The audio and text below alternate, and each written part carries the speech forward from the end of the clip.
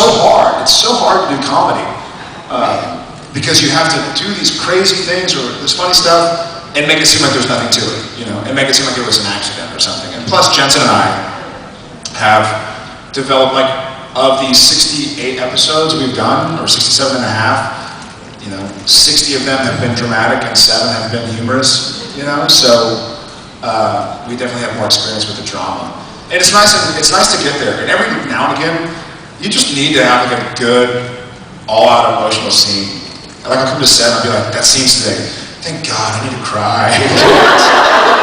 Just get into it, you know, kind of. It's fun to go there. And plus, also, usually the really emotional scenes are the ones that are really furthering the storyline and the plot. And I love that because I love Supernatural when it's involved with the through line. You know, I love doing the kind of funny, quirky episodes, but when you get back to a really heavy mythology episode, it's a lot of fun. It's fun to cry. I lost my shit. Good. Who else? Hello. I was over here. I was wondering that aside from the rest of the season of Supernatural, do you have any upcoming projects?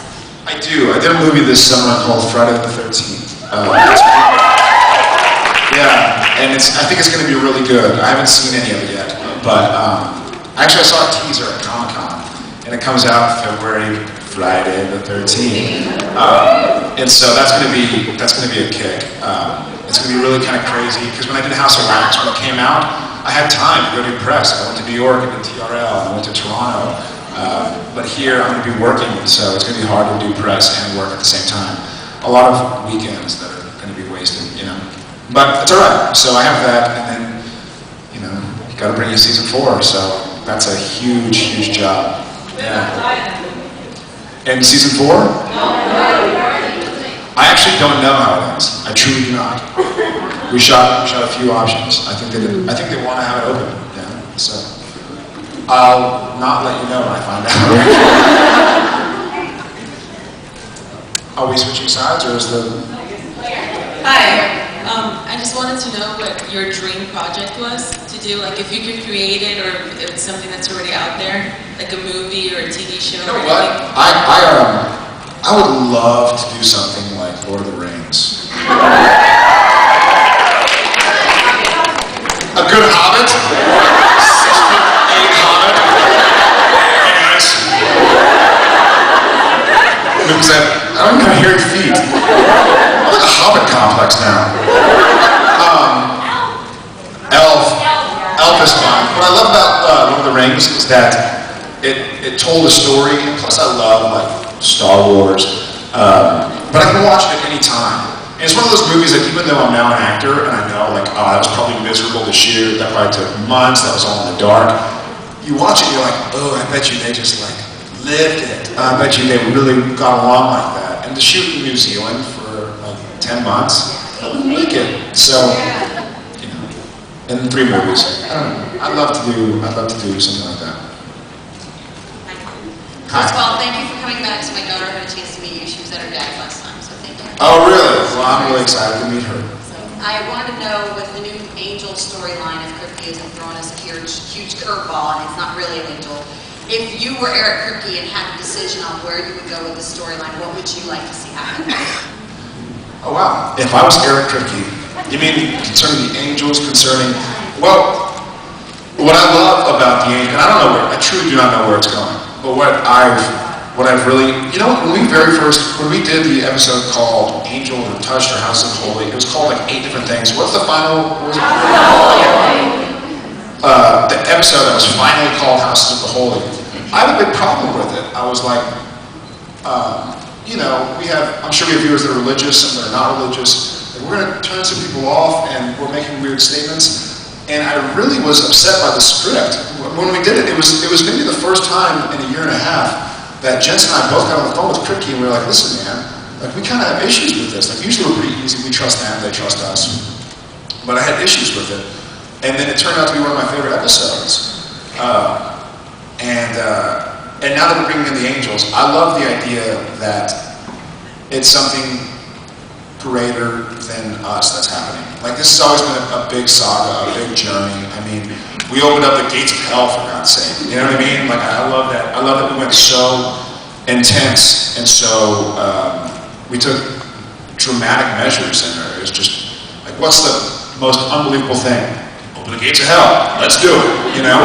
And so I love that Kripke is making it much bigger than just Sam and Dean and Impala, because that's where it's rooted. But the great thing about it is that it is bigger. It is bigger than he or I or us.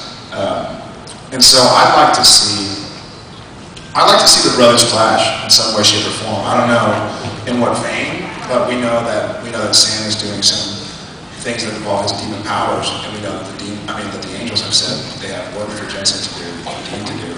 So we'll see how that plays out. I hope it's going where I think it's going.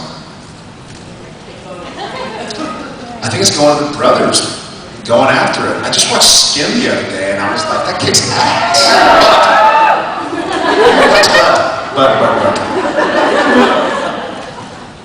But I love that. I love that dynamic, and it's fun. As much as I love just the normal scenes with Jensen, I love when we get to kind of elevate each other through a physical scene or through an emotional scene with them. So I hope they go there. I've always said I want Supernatural to end like Butch Cassidy and Sundance Kid. Everybody dies. Yes. It's so heroic. You know? Maybe just keep the sound going, and the Impala crashes.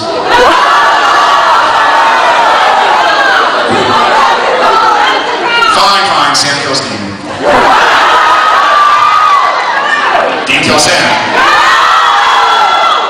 Jimmy Beaver kills Dean and Sam.